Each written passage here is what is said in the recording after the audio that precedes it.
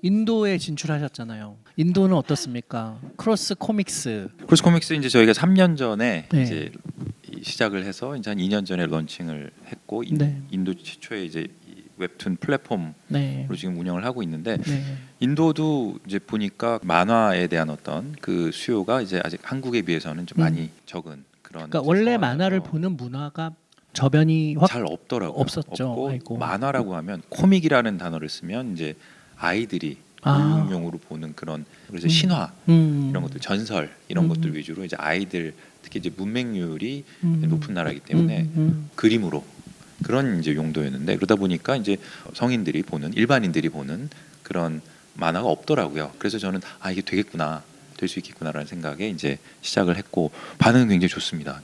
특히 이제 MZ 세대들은 비슷해요. 한국 MZ 세대나 인도 MZ 세대나 그래서 스마트폰 세대이기 때문에 상당히 이제 이 마음이 열려 있고 보여주면 그냥 받아들이더라고요. 그래서 이제 그런 어떤 그 기본적인 틀이 이제 저는 이제 MZ 세대에 맞는 그런 컨텐츠인 것 같고. 그러니까 거기에 이제 좋은 플랫폼을 런칭을 하셨고 네, 작가는 인도 작가분들이 일단 많이 계셔야 되잖아요. 그렇죠. 예. 많이 계세요? 없습니다, 별로. 네, 네. 왜냐하면 대표님 말씀하실 때 이제 저도 생각을 이제 했는데 수요가 이제 많아진 거잖아요, 한국에는. 그쵸. 그러다 보니까 이제 좋은 작품들이 많이 나오는 만들어지는데. 건데 공급의 측면에서 이제 공급도 많아진 거고 공급이 많아지다 보니까 좋은 작가들이 계속 이제 들어오는 선순환을 그린 것 같고 한국은. 네. 그래서 이제 폭발적인 작품들이 나올 수 있는 것 같고요. 인도는 그 전인 거죠. 아직 그러다 시장이 보니까 만들어지지 이제 이렇게 않았구나. 만화를 그리는 이 아티스트들이 있어요. 그래서 이렇게 저희가 이거 한번 그려봐라고 하면 이 샘플을 줘도 못 따라오는 거죠. 그래서 제가 생각하는 게 이게 각 나라마다 이 고유의 이제 사정이 있기 때문에 탤런트 풀이 다르구나. 그래서 인도는 아직 그 이 업계에 들어와 있는 아티스트들의 이 내공이 아직 안 되는 거죠.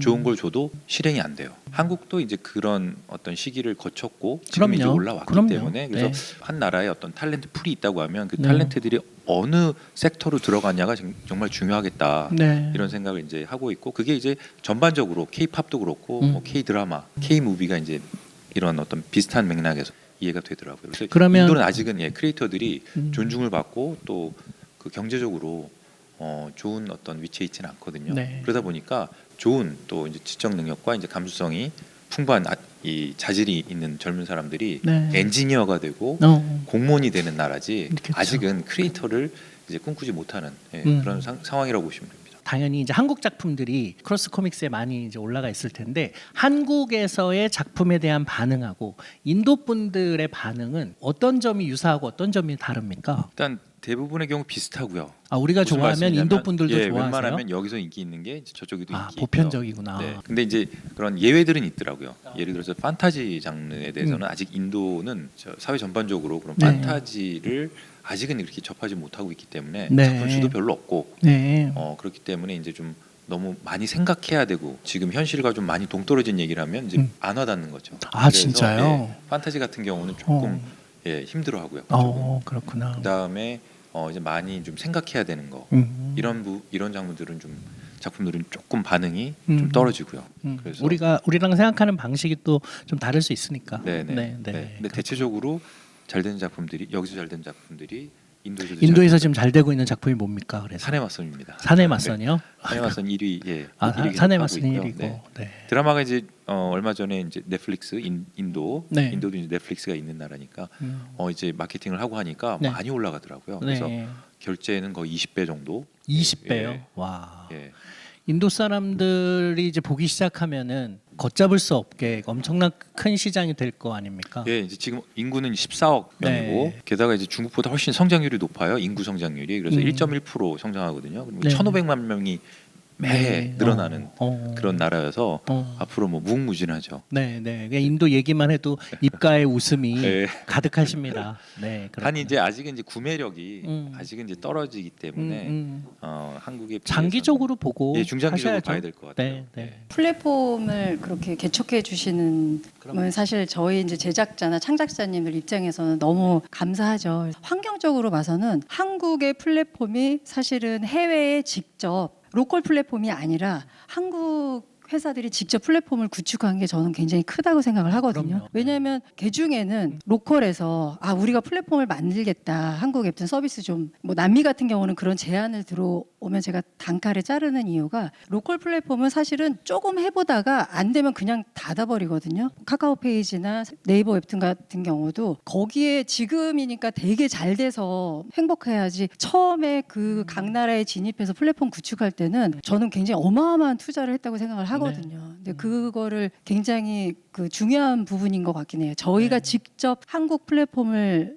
이제 한국 회사에서 해외 현지 플랫폼을 구축하고 여기서 많이 생산되는 좋은 작품들을 무한히 공급하는 그게 뭐 거의 한 5년 이상을 참아줬기 때문에 지금 이렇게 글로벌에서도 저희가 입지가 단단해지지 않았나. 그래서 그런 그럼요. 부분도 되게 중요한 것 같아요. 그래서 네. 인도 플랫폼도 저는 꼭 성공하시기를 기원합니다. 그러니까 작품 하나가 성공하는 거하고는 비교도 안 되게 안 아주 되죠. 오랜 시간 거기서 플랫폼이 자리를 잘 잡으면 그 다음부터는 뭐 더 많은 우리나라 작품들이 진출하는데도 도움도 되고. 네. 예. 그렇죠. 이제 플랫폼을 해보니까 네. 근데 중요한 거는 이제 물론 서비스 능력이라든지 마케팅도 중요하지만 결국은 작품이더라고요. 좋은 작품들이 계속 나와줘야지 그럼요.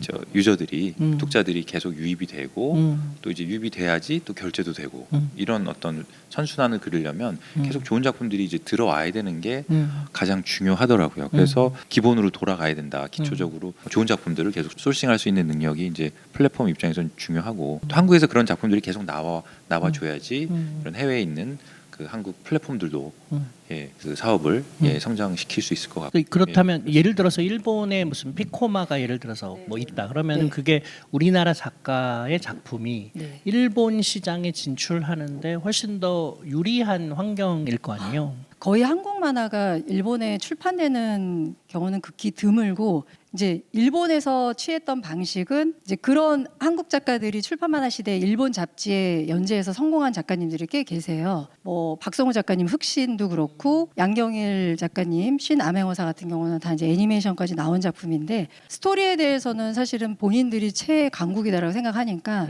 이제 그림 작가들을 한국 작가님들을 많이 섭외해서 이제 진행한 이런 정도였는데 지금은 사실은 일본에서의 그 피코마의 성장은 네, 뭐 그거는 어떻게 받아들여야 돼요? 이제 일본 네. 독자들이 한국 작품을 사실 네. 그들은 이런 류의 만화가 자기네들이 최고라고 생각하고 있는 나라의 독자들인데 네. 한국 작품들을 바라보는 태도도 네. 초기에는 좀 곱지 않았을 것 같은데 지금은 어떤 상황이 됐습니까? 약간 이제 일본 만화는 위대해라고 하는 그 독자들이 많아요. 일본 내에서. 그러겠죠. 네, 그러겠죠. 그리고 아까 말씀드린 것처럼 피코마가 그렇게 성장했지만 아직도 일본 시장에서 잡아먹을 시장의 범위가 되게 넓은 거예요. 그렇죠. 그래서 지금 좀 스틸 헝그리 하시구나. 네, 그래서 네. 사실은 지금이 최고조라고는 생각을 절대 안 물론이죠. 하거든요. 물론이죠. 네, 이제 근데 시작이죠. 피코마는 사실은 일본의 되게 유명한 만화들도 다 서비스를 하고 있어요. 네, 그거를 이제 탭을 나눠가지고 이게 만화랑 뭐 스마툰 이런 식으로 이제 나눠서 하는데 사실 댓글보다는 그 보는 이용자 수를 보면은 뭐 월등하죠. 웹툰 쪽에 저희 스마툰 자체가. 예, 그래서 뭐 일본 독자들 같은 경우는 배척하는 독자들도 있긴 하지만 또 받아들이는 독자들이 또 굉장히 많이 늘어나고 최근에 한류가 제4 한류를 맞이했다고 하더라고요. 일본이. 일기 배용준님 일기하고 2기 3기 침체되다가 이제 또 새롭게 이 코로나 시대에 그 4기를 맞이하면서 다시 또 한국 문화가 엄청나게 또 이렇게 폭발력을 갖게 되니까 웹툰도 덩달아서 더 많이 성장하지 않을까라는 생각을 하는데 네. 아까도 말씀드린 것처럼 일본의 로컬 그 플랫폼들이 꽤 많아요. 그 플랫폼들과의 경쟁도 사실은 뭐 피코마도 그렇고 라인망가도 그렇고 다 염두에 두고 이제 경쟁을 해야 될 네. 시기인 것 같긴 합니다. 만약에 이제 그런 글로벌 마켓에 우리가 진출할 수 있는 환경이 예전보다 훨씬 더 좋아졌기 때문에 작품만 훌륭하다면 이제는 얻게 되는 부의 규모도 다르다. 그런 측면으로 보자면 지금 젊은 창작자들에게 앞으로 좀 이런 새로운 환경에서 이렇게 작업을 해보시면 좋을 것 같다. 이런 제언이 있으실까요? 그 MZ 세대 말씀을 이제 드렸는데 저는 이제 해외 일을 좀 많이 이제 빈번하게 이제 왔다 갔다 하고 하다 보니까 느끼는 거는 굉장히 비슷해지는 것 같아요. 점점 국경 어느 나라 거다, 한국 거다. 뭐 그렇기 때문에 읽고 별로 안 중요하더라고요. 물론 뭐 개중에는 그렇지 않은 사람도 있겠지만, 그래서 제 생각에는 이제 그런 부분들이 이제 많이 제거가 됐고 플랫폼 경제가 되다 보니까 이제 여기서 뭘 그리면 바로 그냥 글로벌 서비스가 들어가기 때문에 수입의 경우도 굉장히 이제 커지고 있는 추세인 거고, 드라마 같은 경우도 그래요. 지금 똑같은 작품을 써도 예전에 예를 들어서 100이다 그러면 이제 지금 뭐 그게 300, 500, 1000 이렇게 규모가 이제 붙기 때문에 상당히 이제 창작자분들한테는 굉장히 좋은 기회인 거죠. 네. 네, 그래서 일단은 제 생각에는 이제 글로벌한 게 뭔지를 찾기 전에 벌써 한국이 굉장히 글로벌화 됐기 때문에 사고 방식이나 이런 부분들에 있어서 재밌는 작품을 자기가 자신 있는 작품을 이제 그리면 된다고 생각을 하고요. 그래서 이제 일부러 뭐 나는 이제 해외에서 할 거야라고 이제 하는 분들도 계시겠지만 그거보다는 이제 본인이 자신 있는 또 재미있는 이야기를 이제 쓰고 또 그걸 이제 제작을 하고 하는 게 더 중요하지 않나라는 생각이 듭니다. 네, 네. 뭔가 너무 난 무조건 글로벌로 갈 거야라는 어떤 목표를 갖는 것보다는 창작하는 입장에서는 하여튼 기본에 충실한 그런 작품을 만드는 게 조금 더 좀 현실적이지 않을까라는 생각은 합니다. 가끔 작가님들이 제 작품은 한국에서는 좀 인기 없을 수도 있는데 미국에서는 인기 있을 것 같다고 와. 이렇게 얘기하시는 작가님들 있으시면 제가 네. 한국에서 인기 없는 작품 절대 해외에서 바라보지 않는다. 네, 그래서 뭐 지금은 뭐 해외를 이제 작가님들이 소재 자체를 이거는 좀 제가 영화나 드라마에 맞춰서 했어요. 웹툰에서 일단 인기가 있어야 영화 드라마가 되는 거지. 그렇지. 예, 영화나 드라마에 맞는 소재가 어딨냐. 일단 웹툰 만화 자체로 일단 재미를 주는 게 제일 중요하다. 이제 그런 얘기를 하고, 이게 창작자 환경이라는 게 저는 사실 정말 출판 만화 작가님들도 경험했고 이제 지금 웹툰 작가님들 경험하면은 이제 가끔 출판 만화 작가님들 이제 모임을 해요. 뭐 열혈강호 양지연 작가님이나 뭐 레드블러드 김태형 작가님은 이제 미국에 계시지만 가끔 이런 오시고. 스웩을 봤나. 그래서 와. 안정자두야 이빈 작가님 뭐 네. 그때 출판 만화 때 한이름 한 작가님들이 네. 모여서 얘기를 하시면은 그때는 정말 준비되지 않는, 그러니까 지금은 만화 애니메이션 학과에서 많이 배출이 되기 때문에 기본적인 스킬, 기술적인 그림을 어떻게 그려야 되는 기술적인 부분을 다 배우고 들어오거든요. 근데 그 당시만 해도 그냥 그림이 좋아서 그리기 시작하니까 그 프로듀싱이 조금 더 엄격하게 들어가기는 했어요, 편집자들이. 그래서 보통, 그리고 이제 연재할 수 있는 매체 자체가 너무 적고, 잡지라는 게, 그리고 또 잡지 하나 한 권에 담을 수 있는 작품이 주간 경우는 뭐 한 12작품, 월간이라도 한 16작품 정도. 지금은 무한의 바다잖아요. 플랫폼이라는 게 뭐 수천 작품 다 담을 수 있는.